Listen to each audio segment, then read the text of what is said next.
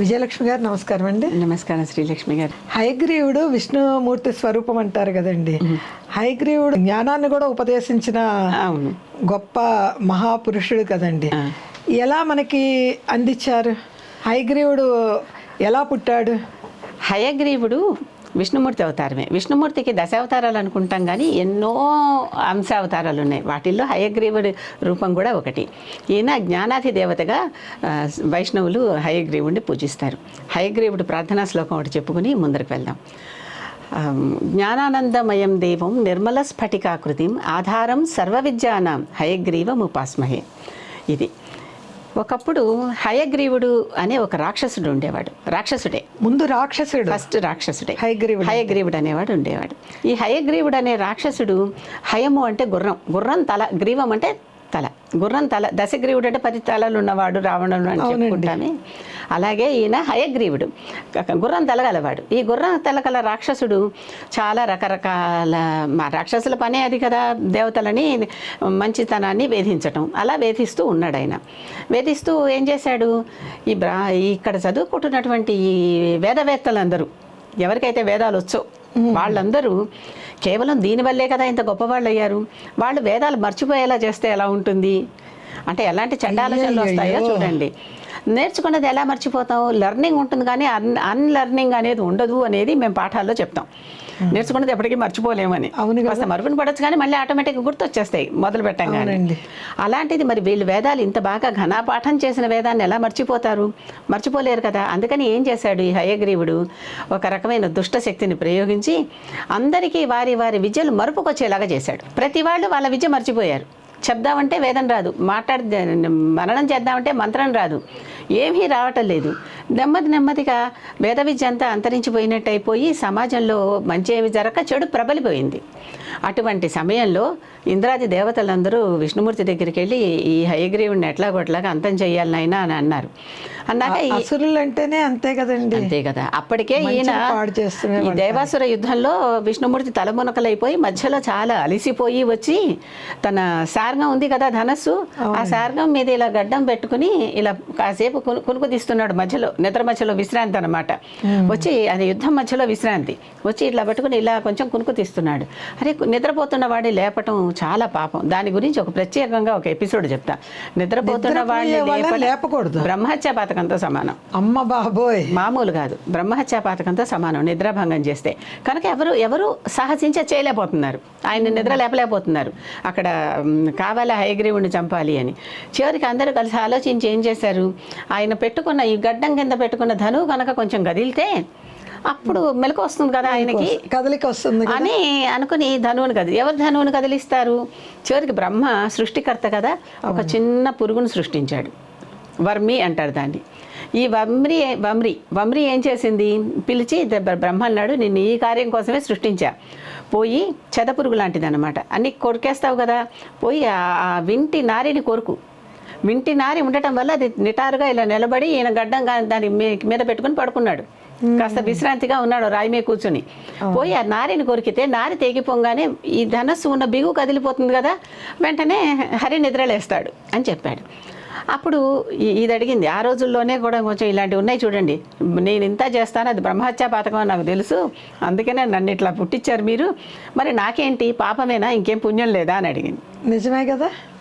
అప్పుడు చెప్పాడు, ఎవరు ఏ యజ్ఞాలు చేసినా ఆ యజ్ఞాలు చేసేటప్పుడు యజ్ఞకుండంలో ఏమేమి లోపల వేస్తామో అవి మాత్రమే యజ్ఞ పురుషుడికి దక్కుతాయి. ఆ దేవత ఎవరి కోసం చేస్తున్నారో యాగం వాళ్ళకి. మిగిలిన బయట పడిన ఉంటాయి, ఆ గట్టుల మీద కింద పడినవి, అవన్నీ నీకు చెల్లుతాయి అన్నాడు.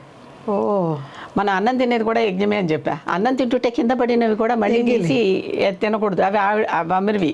అందుకని ఎంగిల్ అనేసి ముట్టుకోరు, అవి వమ్రివి అనమాట. అది దానికి హక్కు బ్రహ్మ ఇచ్చాడు. ఇచ్చాక ఈ వమ్రి వెళ్ళి కింద కొరికింది. ఆ కొరకటంలో మంచి టెన్షన్లో ఉన్న నారి కదా, అది వింటి నారి. ఒక్కసారి ఆ నారి పైకి ఇలా ఎగిరి, అది నరాలతో చేస్తారు, దుప్పి నరాలతో చేస్తారు వింటి నారి. అది పోయి విష్ణుమూర్తి తల నరికేసింది. విష్ణుమూర్తి తల ఎగిరిపోయింది. ఇప్పుడు ప్రస్తుతం విష్ణుమూర్తి విగత జీవుడు, తల లేదు. ఆ, అందరూ బెంబేలు ఎత్తిపోయారు. ఈయన సాయం పోయి తీసుకుని మనం అక్కడ ఏదో చేద్దాం అనుకుంటే ఈయనకి తలపోయింది ఏంటి అని అందరూ కలిసి అప్పుడు దేవాది దేవతలందరూ లలితాదేవిని స్తుతించారండి. ఆ లలితాదేవి అప్పుడు ప్రత్యేకంగా దేవి భాగవతంలో ఈ లలితాదేవి స్తుతి, బ్రహ్మకృత స్తుతి, ఇంద్రకృత స్తుతి, ఇవన్నీ స్తుతులు ఉంటాయి. అవి చేస్తే చాలా పుణ్యం అన్నమాట. చేసి ఆవిడ వచ్చి ఏం భయపడకండి, వెళ్ళి ఒక గుర్రం తల తెచ్చి ఈ ఈ ఈ విష్ణుమూర్తికి తగిలించండి, విష్ణుమూర్తి సజీవుడవుతాడు. ఎందుకంటే హయగ్రీవుడు అనే రాక్షసుడు మరణం లేకుండా వరాలు పొందుతూ, మరణం లేకుండా వరం అనేది ఉండదు, ఇంకేమన్నా కోరుకో అంటే చాలా తెలివిగా నాలాగా గుర్రం తల కలవాడు ఎవరైనా ఉన్నాడా అని అడిగాడు. ఎవరూ లేరు అని చెప్పారు. అప్పటికెవరూ లేరు, అది అసత్యం కాదు. కనుక అయితే నాకు గుర్రం తలగలవాడితోనే నాకు మరణం ఇవ్వు అని అడిగాడు. గుర్రం తలవాడు ఇప్పుడు రావాలి. ఆ హయగ్రీవాసురుణ్ణి చంపాలంటే ఇంకో హయగ్రీవుడు రావాలి. కనుక ఒక గుర్రం తల తీసుకొచ్చి ఈ విష్ణుమూర్తికి అతకండి, అందుకని అప్పుడు ఈయన హయగ్రీవుడు అవుతాడు అని చెప్పారు. అసలు ఇదంతా ఆలోచిస్తే విష్ణుమూర్తికి ఏమిటి, శిరోభంగం కలగటం ఏమిటి? అవును, విచిత్రం కదండి. విచిత్రం కదా. ఇక్కడ అసలు కథ ఏమిటి, వెనకాల ఇంకొక కథ ఉంది. ప్రతిదానికి వెనకాల ఇంకొక లింక్ ఉంటుంది. లక్ష్మీదేవి పక్కన ఉండగా విష్ణుమూర్తి ఒకసారి ఏదో చిద్విలాసంగా నవ్వుకున్నట్ట తనలో తను. లక్ష్మీదేవి కోపం వచ్చింది. నాతో ఏం చెప్పకుండా తనలో తను నవ్వుకుంటున్నాడంటే ఈయనకి ఇంకెవరో స్త్రీ ఉండి ఉంటుంది, అయ్యో, ఆ సవితిని తలుచుకుని నవ్వుకుంటున్నాడు.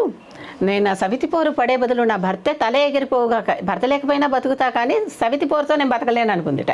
అమ్మ బాబోయ్, ఆడది ఎంత ఖచ్చితంగా ఉంటుందో సవితిపోరు విషయంలో ఇది ఒక ఉదాహరణ. అంటే విష్ణువు లేచి నవ్వి, సరే నీ కోరికే తీరుగాక, కానీ నేను ఎవరిని తలుచుకుని నవ్వలేదు, ఇంకేదో లీలను తలుచుకుని అంటే లీల అంటే ఇంకొక వేరే విశేషాన్ని తలుచుకుని నవ్వాను అన్నాడు. లీలంటే మళ్ళీ ఇంకో స్త్రీ కాదు అని నవ్వాను అన్నాడు. ఇది బాగుందా? అప్పుడు అందుకని జరిగింది అని చెప్తారు ఆవిడ లలితాదేవి. చెప్పినాక అప్పుడు వీళ్ళు ఏం చేస్తారు, ఇలా జరిగింది కదా అని ఈ హయగ్రీవుడిని మళ్ళీ ఇంకో గుర్రం నరికి ఆ గుర్రం తల తీసుకొచ్చి విష్ణుమూర్తికి అతికించి విష్ణుమూర్తిని కూడా హయగ్రీవుడిని చేశారు.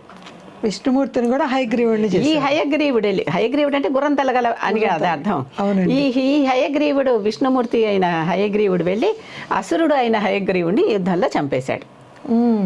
చంపేయంగా ఇతన్ని చంపంగానే ఒక్కసారి ఇంతవరకు మరుపున పడిపోయిన వేదాలన్నీ అందరికీ ఆ మంత్రాలు, ఆ వేదాలు, ఆ విద్య అంతా గుర్తొచ్చేసాయి. కనుక వేదాలని ఉద్ధరించి మళ్ళీ అందరికీ గుర్తు తెప్పించిన వాడు హయగ్రీవుడు. కనుక జ్ఞానప్రదాత హయగ్రీవుడు. ఆ జ్ఞానాన్ని మళ్ళీ తిరిగి పునరుద్ధరించినవాడు, తిరిగి తీసుకొచ్చారు, పునరుద్ధరించినవాడు హయగ్రీవుడు. మత్స్యావతారంలో వేదాలు సముద్రంలో పెట్టేస్తే మళ్ళీ వెళ్ళి వరాహవతారంలో మళ్ళీ తీసుకొస్తారు, అది వేరే కథ, అది ఇంకొకటి వేరే ఉంటుంది. ఇది మర్చిపోతాం కదండి, అవి దాచిపెట్టారు. ఇది మర్చిపోమని చెప్పారు కదా. మర్చిపోయినవన్నీ ఒక్కసారి మళ్ళీ అందరికీ మరుపులో పోయినవి మళ్ళీ తెలివిలోకి వచ్చేసాయి. మళ్ళీ అందరూ యథావిధిగా మామూలుగా అయిపోయారు. ఇది హయగ్రీవుడి ఆవిర్భావం కదా. హయగ్రీవుడు తలెగిరిపోవటం వెనకాల ఉన్న కథ. హయగ్రీవుడు ఏ విధంగా మర్చిపోయిన వేద విద్యనందరినీ అన్నిటినీ మొత్తం అందరికీ మళ్ళీ తిరిగి మరుపు తీసేసి తెలివిడి తెప్పించాడు అనేటటువంటి కథ. ఈ హయగ్రీవుడి కథ మనకి దేవి భాగవతంలో కనిపిస్తుంది, భాగవతంలో కూడా కనిపిస్తుంది. విష్ణుమూర్తికి ఉన్న అనేక అవతారాల్లో ఈ హయగ్రీవుడు అవతారం కూడా ఒకటి. చాలా ముఖ్యమైన అవతారం. చాలా, మరి లేకపోతే మనకి తెలివే లేదుగా, వేద విద్య లేదుగా. వేద విద్య లేకపోతే చాలా. ఆ అసురుడు ఇంకా వేధిస్తూనే ఉండేవాడుగా. అసురుడిని అంతం చేయాలి కదా. చెయ్యాలి.